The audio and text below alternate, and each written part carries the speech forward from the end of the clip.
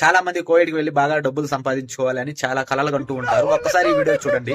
ఒక యజమాని తన దగ్గర పనిచేస్తున్న వ్యక్తిని మాట్లాడుతూ ఎలా కొడుతున్నారో ఒకసారి చూడండి. అక్కడికి వెళ్ళిన అతను ఏం చేశాడు, యజమాని ఎందుకు కొడుతున్నారు ఎవరికి అర్థం కావడం లేదు. బట్ చాలా మంది అనుకుంటారు కోవిడ్కి వెళ్తే మంచిగా ఉంటుంది లైఫ్, మంచిగా డబ్బులు సంపాదించుకోవచ్చు, గోల్డ్ తెచ్చుకోవచ్చు అని అనుకుంటారు. బట్ మీరు అనుకోవడం తప్పులేదు. బట్ అక్కడికి వెళ్ళిన తర్వాత మీరు అనుకున్నవి ఒకటి కూడా ఉండవు.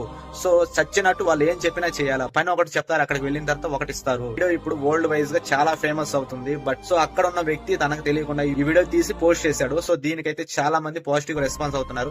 దయచేసి ఎవరైనా కూడా కోవిడ్ కి వెళ్ళాలనుకున్న వాళ్ళు దయచేసి వెళ్ళకండి. ఏదైనా సెక్యూరిటీ ఇక్కడే చేసుకుని బతకండి, దయచేసి వెళ్ళకండి. సో ఇలాగే మా ఇంట్లో మా మదర్ కూడా వెళ్ళి చాలా బాధపడి ఎలాగోలా నేను ఇండియాకి తీసుకొచ్చుకున్నాను. దయచేసి నా అభిప్రాయం ఏంటంటే ఎవరు కూడా కోవిడ్ కి వెళ్ళాలనుకునేటోళ్ళు దయచేసి క్యాన్సిల్ చేసుకుని మీరున్న ఊళ్ళోనే హ్యాపీగా బతకండి.